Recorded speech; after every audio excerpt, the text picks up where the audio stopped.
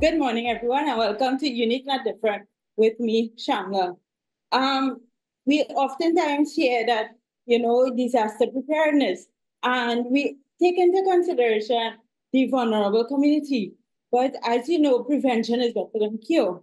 And when we have this process, is it really accessible and inclusive and diverse? So here to talk about the deaf and hard of hearing is Jamal Legion and his interpreter, NSL Legion, who are the founders of Team Legendary. So, good morning, Jamal. How are you doing? Good morning, Shamla. So, Jamal, in terms of our current situation, how prepared are we in terms of communication when there is an event of an upcoming disaster? Like, for example, peril just passed, right? Um, it, So, in the layers of communication, are we really prepared in terms of reaching out to the deaf and hard of hearing to ensure that they are properly communicated in terms of what is happening?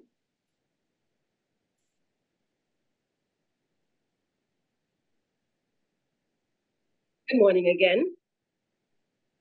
From what I've seen, there's a lot of preparation from the government. Yes, things are good there. But we need a confirmation of plans. We talk about the risk, we talk about the planning and preparedness. That's great. But one thing we need to make sure at the start of the discussions, the interpreters are involved. We are normally last minute inclusions. With this time at Beryl, people started to panic. Government's plan seemed seamless. But when you had the first press conference, there was no interpreter. What I decided, look at the press conference, get salient points from the Met services, confirm the information, and then set up and start videos. That I share the information with the deaf and hard of hearing. So we'll come back to this later, but what I gathered, which is very important, is that in the event of an emergency response or communication, for example, Beryl, the deaf and hard of hearing community was not included because of the, lack of, communication between both parties. Now, in terms of constant communication, continued communication, and even during, disaster, are we prepared to deal with the deaf and hard of hearing?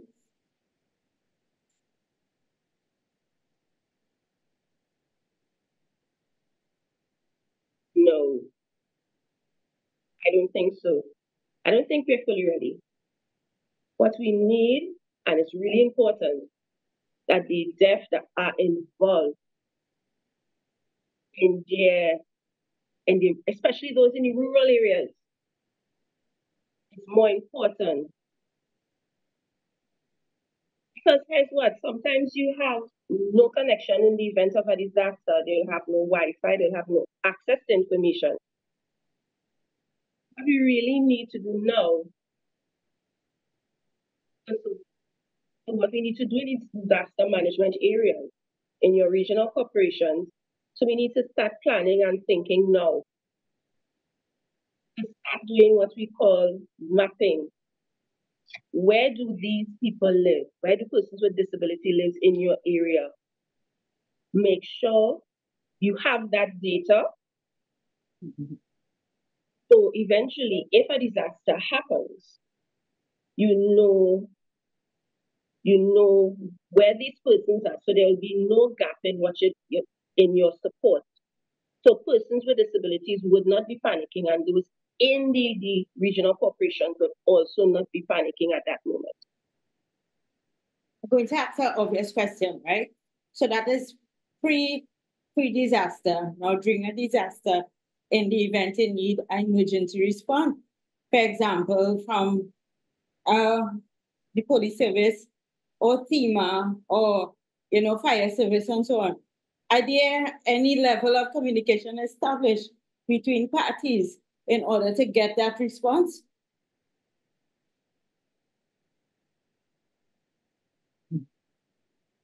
So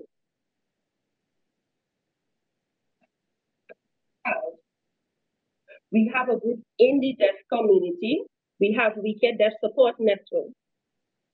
So over the years, we would have established CERT training with the regional corporation. So we have a group of deaf persons that are certified to provide emergency response. But we need to have it a bit more open for more deaf and hard of hearing persons and for persons to be part of the discussion. We need to have ongoing training and sign language training for the other volunteers. So sometimes you're hoping to get an interpreter to come in to support during the disaster, but if you have persons already trained on the ground, that would be better. So how persons can get involved in terms of support? You know, you have been mentioning it throughout the interview, right? But in terms of a quick win and having, I guess, a more efficient response, how can, we bridge that gap between post, pre, during, and post in order to effectively and avoid things happening, because of a lack of communication? What are some recommendations you put forward? Me, what I would recommend right now,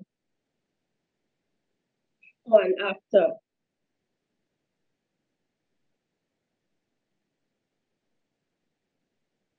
let us have more deaf persons involved in the preparation. Because as long as we are involved in your plan, we have a very good network within our community. You may have a really good plan, but most of the times the plans are without us. So we don't know what's happening. And then we would think it's not really that important if you're not involved. But if you get us involved, you get us activated, and then we understand what is happening, we now know who is going to take responsibility to provide the necessary feedback within the community. And also provide feedback to the response services. Just a quick question. Have you or your team tried to reach out to the relevant authorities in terms of training or offering this recommendation? And what was the response like?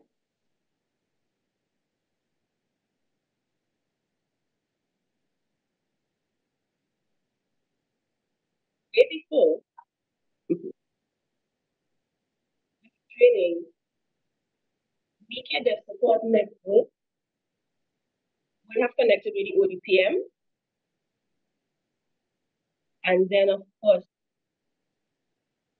they would have connected with other response services. But Team Legendary, we are very involved in providing feedback to the community. So we get the information and we provide the feedback. But we want to have the involvement from the get-go. Get the information early so we could send out the messages early. The preparation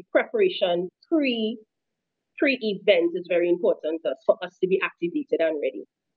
Can you quickly give us a contact for Team Legendary, please?